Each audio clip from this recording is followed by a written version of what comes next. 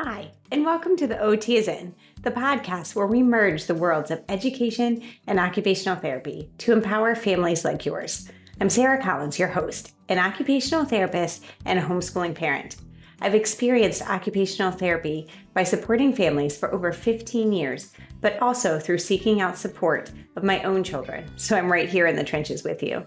Though there is not one way to educate your child, there is a lot to consider when individualizing an education. And the goal of this podcast is to explain some of the why behind what an occupational therapist is thinking so you can apply it to your own family. Especially with my three favorite topics: executive functioning, handwriting, and sensory processing. Each episode will be packed with practical tips, expert interviews, and real-life stories aimed at helping you to create a supportive learning environment for your child. So, grab your headphones and get ready to dive in of the collision of education and occupational therapy. I'm Sarah Collins from Homeschool OT, and I'm thrilled to have you with me on this journey of discovery.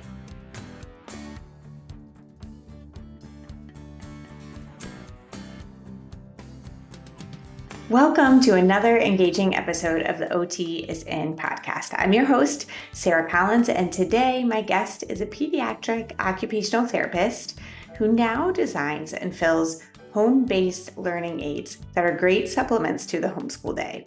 She passionately discusses her innovative bedtime and play boxes, crafted not only to entertain, but also to support crucial developmental milestones. So today's episode is packed with actionable advice, from choosing the right scissors for crafting to handling messy play and even transitioning to sleep. We also touch on direct teaching of executive functioning skills. So clearly, we cover many topics in this short period of time. Whether you're a parent looking for support or just interested in child development, this episode provides valuable information to help kids thrive while making parenting just a little bit easier. So join us as we explore these thoughtful strategies with Connie O'Neill. And if you're listening as this episode comes out on June 27th of 2024, Connie and I are actually together at the Homeschooling Special Needs Expo in Charlotte, North Carolina. Come join us here for another 2 days. Before we get started, I want to take a minute to talk about occupational therapy as a whole. Clearly, if you're listening to the OT is In podcast, then you have heard of occupational therapy, but maybe not the vast yet personalized role that we cover. Occupational therapy helps people develop the skills they need to perform daily activities that they specifically need and want to do. This is very personalized. Some activities everyone needs to do, like dressing, bathing, eating. Some activities are unique to an individual. I know I don't need to know how to visually track a hockey puck before someone checks me, but my son does. So we've worked extensively on those visual motor skills that he needs. So if there are areas where your child is struggling throughout the day, an OT may be able to help. Homeschool OT supports the family to figure out the why behind the struggle and then in how to use the homeschool to help your child be successful in what they need and want to do. We simultaneously educate occupational therapists on the homeschool community with the goal that no homeschool family will enter therapy and not feel supported in their educational choices. So if you have a child struggling in any activity that they need and want to do during the day, go to the webpage for this episode and download the free Why Choose OT guide, or go to homeschoolot.com for our classes, community, and consultations so we can help support your homeschool. So now let's get on with today's show.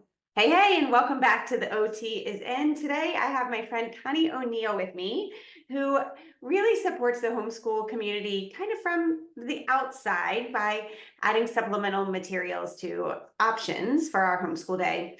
Connie, who is an OT, is going to tell us a little bit of her story, and then we'll dive into the how and why. Hello. Thank you so much for having me here. I'm excited to be a part of your podcast. I've been a listener here since the beginning, and I've really enjoyed it. Oh, I love that. Yeah. A little bit about myself. I am also an occupational therapist of 30 plus years, give or take, I have done it all in the field of OT. I started with adults and I worked with the elderly. I worked in the homes. I worked in nursing homes, you name it. But 10 years into my career, I was kind of pushed into the field of pediatrics by my husband. And I didn't think I wanted to work with kids because I had 4 kids. I had Ooh, I enough love to do, right? that. But anyway, he pushed me there and I found my true passion. I just really enjoyed what kids had to offer. And I found out that I am more at home working with kids on the floor and playing than I am with an adult trying to get them to do some of the tasks that I was trying to in the past with OT. Funny. So, See, I was kind of the opposite. I was working with yeah, pediatrics and then this is my husband might get mad at me for this, Brandon. Sorry. The one of the biggest arguments that we ever had, he is a golf course superintendent. So he works with grass all day, right? He mows right. well and leads that. And our lawn needed to be done. And he was like, Sarah, I do this all day. I don't want to Uh-huh. come home. And I was like, funny, because we just had a baby and I've been working with kids all day. But you're the opposite. I Right. went from that to then adults and then back to the love, which now I realize is because I love working with parents and helping adults to understand the why. But you've been nitty gritty in with these kiddos for years and years, huh? Yes, yeah. I started in the school systems and Okay. I did that for a good solid probably 7 years. And then we made a move from Illinois to South Carolina. And I wanted to try a little something and I went to the outpatient field. So, outpatient pediatrics, I got to work with the parents just as you Mhm. were. And I really enjoyed that side of it. As in a school system, you do Right. not get to interact with the parents only but once a year. And that's a real disadvantage. Sorry, there's a real disadvantage to the school system in general. The lack of parent participation and educators is harmful. Yeah. It's very harmful. So with that being said, when I came here, I did the outpatient and was very content and happy in that area. And then COVID hit. And then COVID hit. And I don't know if you got to experience virtual therapy. Did you have I did not. In fact, interestingly, our world didn't really change that much because we so were already true? homeschooling. My husband worked True. outside, so he was an essential employee outside. And so, we couldn't do our field trips and things that we typically did. And Hmm. clearly, the world changed as far as groceries and all of that. But our day-to-day life was not actually that different. Well, My home is a very unique situation in that. that is okay. That is okay. That's Yes. great. So, virtual therapy was a wonderful challenge in which we had to provide our services through the screen. Mhm. And already I was a little I've seen the shift. I've been in here for Yep. 30 years. I've seen the shift of what electronics have done to our children. And it even shined out more through the epidemic. And so the screen virtual therapy, I had to try to work with parents through the screen to get their children to participate in whatever goals we were working on. And it became even more evident to me that parents, very well meaning, very much wanted to be involved with what was the deficits that their children were facing, but Mhm. they lacked the understanding and the know-how to interact with them to get the most out of their child's developmental delays. Okay. So that was really bothersome to me. I thought we're really lacking here as therapists with our families in a sense that we come out of a therapy session. I always invited their parents to my sessions when I did the Mhm. outpatient Mhm. therapies. Not always did they choose to participate, or they Right. had siblings, and it's hard to communicate in that setting. Yeah. Very hard because it's chaos. I don't want to Yes, say very always. busy waiting rooms and Yes, right. And yes, I come in, we have between clients, we have 7 minutes. Let me spew yes, everything yes. I can out at you at that It, moment. It can be really difficult. exactly. It's very difficult. That's why EI, when I started doing early intervention in the home, I thought this is where it's at. This Yeah. is education, this is communication. But Anyway, with that being said, and I noticed the lack in ability to be able to get the parent and the child to perform in a way that was really benefiting the child, I thought, you know what? Families could really benefit from the activities that I put together. I research, I do the research. I know what works for the kids. I know what motivates them. I know what is going to push them a little bit without pushing them over the edge, kind of thing. And that's always kind of been my gift, is being able to put together activities that the kids come running. They'll drop the electronics to come to Miss Connie's because we know we're going to get on the floor and we're going to play. Right. That's really important. Kids need to play. They need three-dimensional objects. They need interactive things. They need communication with people that love them. And I wanted to create some play boxes that allowed families to do that without having to do the research, without having to gather materials and buy big bottles of glitter. Although I do not put Please don't glitter in there. I do not put glitter in these boxes. I promise. That is a promise I will always give to the parent, and no glitter. But anyway, I wanted to be able to provide these busy families who want their children to continue on the developmental ranges with some guidance from an occupational therapist who's been there, done that with these kids. And so I created Big Play in a Box. I love it. And one of the things that you really said in there was you implied a lot of coming alongside of parents and, that coaching model of how, yes, parents, you are an expert in your child. Absolutely. Oh, so 100%. Share our expertise, where I'm part of your team or you're part of their team, the parents in charge, you're part of their team, and you get to come alongside of them and provide some coaching. But in here, now you're also providing the tools, that you've researched. So can you tell me a little bit about that research process? Like, what questions do you ask yourself when you're putting together these boxes? Absolutely. All of the boxes that I create are themed off of a children's book. As I said, I worked in the school systems years ago, and I ran preschool sensory motor groups, and we would pick a children's book, and I would work with a PT and a speech therapist as well as the teachers, and we would put together these play groups. And that's kind of where I got my basis of, this is what belongs in the box, because this is multi-developmental. I'm gonna catch on motor skills, sensory skills, cognitive, motor, all of the things in a box.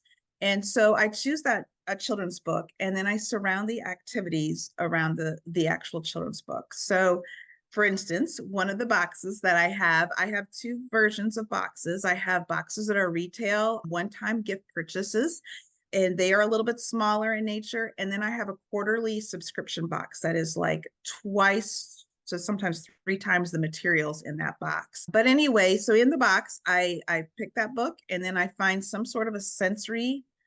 I usually go to sensory next because, I'm an OT and I love my messy play, and I love to get the senses invigorated and going. And so I will find some sort of a sensory medium. There's usually like a little mini sensory kit in there. I always include a couple of crafts with all of the supplies. And again, the guidance included with that. I'm careful with the crafts because, again, I want this to be multi-developmental and intergenerational, in which I advertise the boxes to be in the developmental range for 3 to 8-year-olds, because I recognize we have 15-year-olds that are in that range that have every right to be able to work on these developing skills that they need to. But then we also have siblings or little kiddos, 2-year-olds that want to get involved. And I did not homeschool my children, although with the options available now that weren't, my children are all grown and big and on, I would be very tempted to go that route, because it's fantastic, the amount of options and flexibility that you have. I agree. It's wonderful. I am doing it, right? Yes. I wholeheartedly understand why. And anyway, I'm off track. So in my house, I do a lot of things outside specifically for, that messy play. The cleanup is a lot. In fact, again, my husband might get mad at me for this. when my daughter was 1, like little, so now she's 15, so this was a long time ago. And at one point I was like, you know what? I'm an OT. I'm gonna make her a sensory box because I'm an OT. I mean, how can I not, right? So I got all these Yeah. lentils and I put this stuff inside of it so she could like push this little tractor around or whatever. And all she did is pick up this lentils and throw them around my kitchen Oh yeah. to the I point that picture it. they were, yeah, everywhere. My husband calls it lentil gate. And literally, we were moving out of that house 7 years later and still found lentils in like the crevices of the cabinets and things like Yeah. that. So I myself, I absolutely love the sensory box people. It's not me. Tell me about that in your boxes. How would that go? Well, I usually will I use my platform on my social media to give lots of variations on how you can adapt your Mhm. environment to fit in with whatever sensory medium I provide. Ooh, love that. So, for example, I recommend if a family can have the option or room for a plastic pool to be able to be utilized in a playroom. For one thing, our kids like smaller spaces. They feel cuddled into those smaller spaces, but it does give an area that can be designated. This is the sensory zone. Mhm. Not that the lentils or the rice pieces might still end up in Timbuktu, but at least it gives a better visual for the child to kind of gauge and keep that child amongst that. And that is if it's indoor time during the, Mhm. colder months. But I am going to always err at the side of if you can take your sensory play outside, Right. do it, because I mean, what better place to get those senses alive is than outside, where you've got the smells and the sounds and the touches and no messes, right? Right? Easier cleanup. Yeah. I love that you mentioned boundaries. There's so often that we need for our kids to have not only the spatial boundary, which is what you were talking about with the pool, but Yes. kind of even the boundary of when do we start and what is finished. Now, there's a whole lot, obviously, in the process, but does that finish look like it's all cleaned up? Does that finish look like, we've made a product? Or does that Hmm. finish look like, you know what, we're just done and we're going to get out? So, Yes. those cues in there can just be so key for parents. I love that you mentioned that, because that is something I do kind of keep in mind when I put together the boxes. Is I believe in open-ended play. I Yeah. really do. But I also still am kind of old school in the fact where I do feel like there is a sense of pride and accomplishment when you finish a task. Mhm. And I believe that the crafts that I include with the Yeah. task, or I sometimes include a puzzle, or I will give you ideas on how to use the sensory play from so that it has more of a start to an end. For Mhm. example, an obstacle course kind of situation. Because I do feel that it's a great way to transition your child from Mhm. one time to another, as well as, again, like if there's a sense of accomplishment of being able to check something off a list, and in your head a time frame. Okay, this is about a 20-minute task. This is 20 Mhm. minutes. Maybe I get to drink a cup of coffee. Yes. Mhm. Or this is 20 minutes that I know that I need to put my phone away and sit Focus down with in. my Yes. kiddo and get on the floor and play, Mhm. because I didn't have to think about it. I didn't have to get anything out. It's right here for you. Yeah. So, And you're even talking about how we're beginning to build those executive functioning skills in our kids with that yeah. Oh, time management absolutely. and the persistence to completion. That is all pieces that then later on will transfer right over into academics and learning and lifelong learning. Right, right. I also feel like a lot of the projects and what I try to teach the parents, and maybe you found this too in the world of OT, is the parents who it's sometimes hard to keep your fingers out of their project, right? Mhm. Because it doesn't look like the picture. And Right. I mean, I'm a parent. I've been there. I've done that. I'm sure I've done the same thing. But as a therapist who's observing, Mhm. especially when I had observed through the computer, and I was just like, please, it is okay if it looks nothing like the project. Right. That is Yeah. not our goal here, you know? Oh, And the so number of that's, times I've sat on my hands as a school it's mom hard. I and as an know it's OT, hard. both. It is, it can be. And as soon as you start to see your child fail, or your client who you're working with, it's all you Mhm. can do not to hold back. But I mean, it's important, A, for them to know they can do it, and B, Mhm. that it doesn't have to be perfect, because I love it. that is a tough world out there. The Right. kids that are coming through the doors and have those feelings of needing to be perfect with their skills, and Mm. that is, it's dangerous Yeah, territory. kind of what you're talking about there, some perfectionism, but us setting up an environment where they are allowed to fail and actually encouraged and then recognize, hey, guess what? My mom still loves me. My dad still Oh loves me. yeah, He and we was, had fun. yeah. It's fun to try. It's fun, Mhm. and that's what I just want parents and kiddos to know, that we're learning, Yeah. but we're playing. And that is the essential goal I have behind my Mm. boxes. Is I just want people to know that it doesn't take a scientist or a person with a degree to get on the floor and Right. interact and help your child through some of those challenging times. That you have the skills, you have them inside you as a parent. You Mm. want to do that. I see every parent that walks through that door that ever came to see me as a Right. therapist. That's what they want for their kids. And but they just, I took it for granted that that's an innate skill, and it's not for every individual. My husband is case in point, that person. He was a great baseball coach, but I think knowing that about yourself too is a really important thing. My husband would say, "Daddy doesn't play pretend," right? He would do no, like these beginning yeah, and end things, but that like imaginary play was just not it's his jam. hard. It's Right, hard. right, yeah. It's hard. I'd like to take just a second in the middle of this episode to make sure that you know about the OT is in membership community. In a world brimming with parenting advice and a myriad of how to homeschool guides, it's easy to feel overwhelmed, especially when none seem to fit your unique child quite right.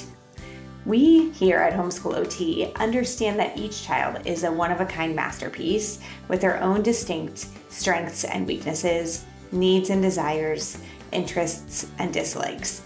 That's why the Homeschool OT membership exists, to empower you on this remarkable educational path. So, run by me, a dedicated occupational therapist, our membership is your gateway to a world of personalized, child-centric homeschooling. The membership offers weekly office hours for open question and answer, an exclusive resource library with printables, webinars, and even research updates where the worlds of OT and homeschooling collide.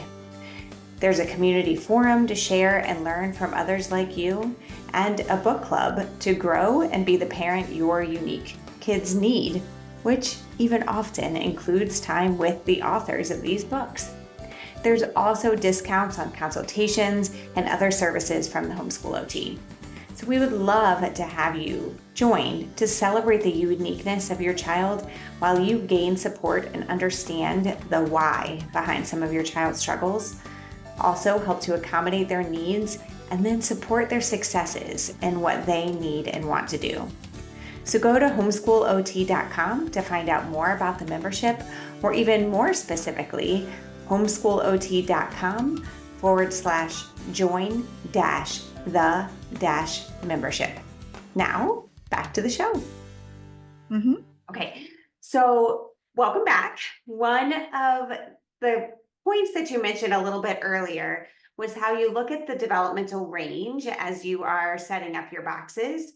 So, what kind of steps are you meaning as far as development, and how can, if we're looking at tools, how can we decide, right, here's where we are now, like what's maybe the next steps that my kids need to be able to do? Yeah. Well, one thing I do provide is I do have a pretty detailed developmental skills checklist that I provide families on my website that I have available. And I guess we could link Oh, it we will here link if to that for we sure in want the to show do notes. Yeah. that. So I try to assist with that. And also I use my social media platform as a means of trying to educate and, tell families ways, or educate them, excuse me, on ways that they can adapt a certain skill. For example, cutting, I'm pretty detailed with the instructions that they get in their boxes. When I say detailed, I'm not bossy.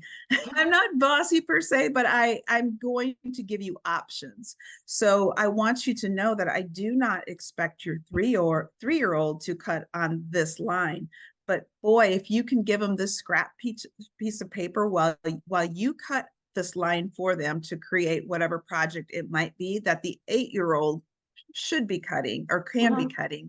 I want you to give your 3-year-old this scrap piece of paper and allow them to start tearing it into the pieces, because we're working on both hands, two-handed skills, to use their hands at midline to be able to incorporate them into emerging cutting skills. So I'm going to give those parents guidelines on what to expect at each developmental level so that they know you can't expect your 3-year-old to do that. That's So not what kind of is the developmental progression of cutting? It's one of my favorite things to talk about too. Yeah. Yeah. Well, I would say first off is tearing paper with your hands. I highly encourage getting hands to paper. And as much as you don't want to tear their children's books, there's a lot of options that you can provide children for that. Right? That would not lintel gate, that'd be book gate, right? Right, exactly. I start with that. And then I would say snipping. So we're just snipping. We're learning how to put our hands in the scissors accurately, and we're able to open and shut the scissors. And I'm sure you've witnessed it yourself. It's amazing how, most children, I would say, automatically know how to manipulate their hands into a pair of scissors and go to town. But for those children that need taught, it's not a one-time teaching. It's a repetition. So I try to give them as many opportunities as we can. To take the scissors out, put them back in, take the scissors out, put them back in. But then we snip, and then we just cut across a short piece of paper, maybe a 6-inch piece of paper. We have no guidelines. We're just working on cutting paper. And if you give them scissors, paper, and glue, and if you can put them in that sensory tub and let them go with those 3 items, you're gonna have you're gonna have a motivated learner. Yeah. And B, they're allowed to just kind of make the mistakes. In their mind, they're not making any mistakes, and they're not. There's no guidelines. It's just learning the skill. And then eventually we're gonna cut on a straight line, and then we're gonna move into some curves with bold lines, and then some sharp corners, such as in squares and things. I like when in my boxes, I pretty much always include cardstock for them to cut on versus a flimsy piece of paper. I've found throughout the years that cutting on a thicker piece of paper it's just a better way to help them be successful in what they're It gives doing. that feedback and you're also not worried about your paper flopping over. Flopping around. To manipulate, and it's giving you more feedback into your Absolutely. brain, right? Yeah. And if you have an impulsive kiddo who's whipping through that thing, and then all of a sudden your square has become a star. Now we're kind of off on what we were talking about initially. Yeah. But I think scissor skills are really important because it's something that we don't talk about much outside of right within the OT realm. Do you provide little kid scissors, or do you talk about little kid scissors, or no? I kind of have mixed feelings about all of the different adaptions of kid scissors. I do believe there's a place for them, but I'm definitely going to encourage using little kid scissors versus a lot of the adapted scissors, because unless there is a motor issue where I feel like there's not a lot of potential for that child to actually get to the point, maybe there's a physical, a reason. Yes, for sure. Exactly. Absolutely. Yeah, hands looking differently. Yeah. Absolutely not millions, well, probably, but different reasons why a physical reason might be the reason that they aren't able to achieve typical scissors. But I typically do encourage little kiddo scissors versus the spring loaded and the loop scissors and that kind of thing. So there is a place for them. I promise. I do believe there's a place for them.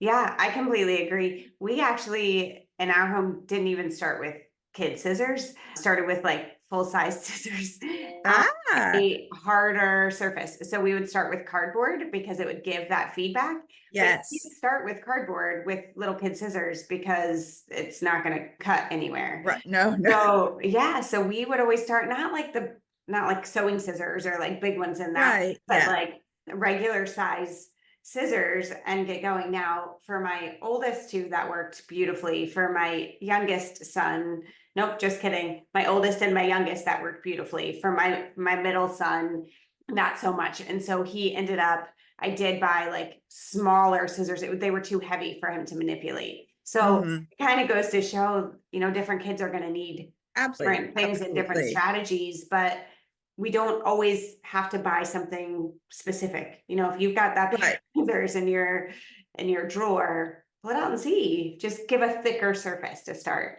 Yep. I agree. I like the thicker surfaces for sure. So, So one of the boxes that you have is sleep, right? So can you yes. tell me a little bit more about that?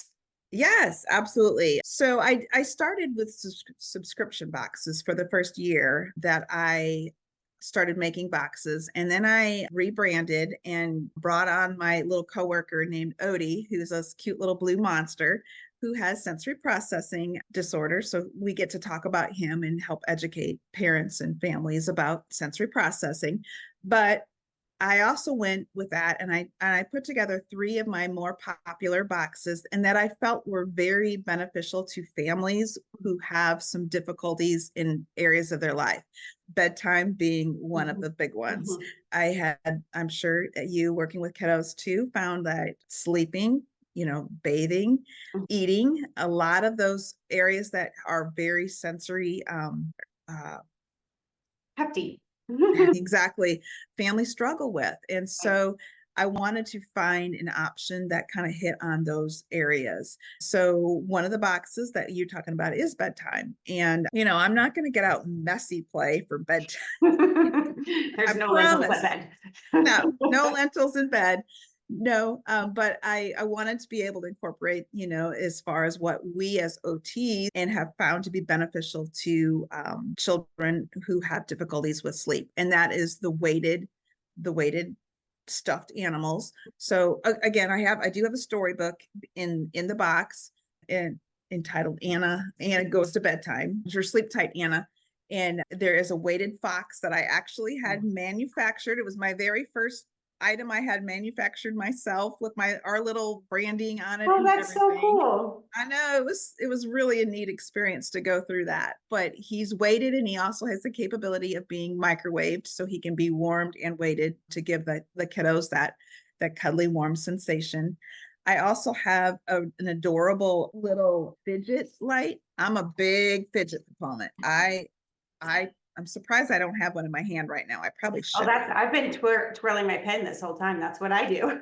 Yes, yes, yes. So this little guy is this little fidget guy, and he's a light on top of it. He's a little night light, and he's got all the capabilities of a good little fidget for those Look at kiddos that. who Yeah. he's so cute. He's so cute. Yeah. So he's included in that. And so there's another way to incorporate the sensory portion is, some visual. We can, Mhm. lots you can do with a little light in your Yeah. bed at night. On top of that, then of course, I said I always include some crafts. So I have a craft included that this one in particular has a dream catcher. You can't Oh, really see that's it right there, fun. but Yeah. you can see like I have pre-done everything for the dream catcher. You just pull it out and you get out your little guidance, and that's all you need. And you can sit down and you have 20 minutes or 15 to 20 minutes of an engageable craft that you are working, on the fine motor, you're Right. working on attention, you're working on, the component of sensory with messy. And it's very, again, and what I mean by gradable is I can grade it down to have a 2 or 3 year old participate, but yet it's still motivating enough that an 8, 9 ish Yeah.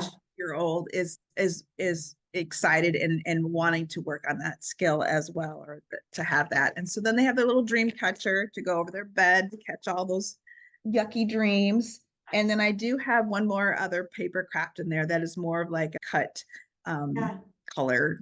Just it's really it's a very cute little just quick little task, another thing just to motivate them for bedtime. Little fox goes to sleep. It's just a cute little paper craft. But I love that you're talking about how, education, and this is what we know as homeschoolers, is that education is throughout our entire day, learning it that way. So Mhm. what you're doing here is you're considering, a time of day that's at night, but you're still working on it throughout our whole day, and you're bringing together Yeah, motor skills, our social skills, the cognitive skills that all come together to make our kids be more successful in what they specifically need and want to do. And you're right that going to bed can be one of the hard transition times during the day. So if that's one thing absolutely. we're focused on it, we can read about it, we can talk about it, we can do our crafts during the day, and then ultimately at night we can see some of that carryover.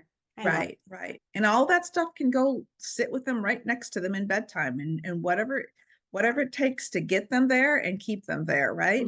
Mhm. Sometimes having those tangible items of, here, I have this in my hand, I've got my little fox, or I've got my little fidget, and Yeah, providing that safety, that attachment, that can be a piece of the puzzle. absolutely. Sleep is Absolutely. not an easy situation. We actually talked about that last episode of the OTs, and sleep, and how there's so many different components that play into that. Right, Perfect. right. Thank you so much, Connie, for being here. Can you tell everyone how to find you? Absolutely. I on my website is www.bigplayinabox.com.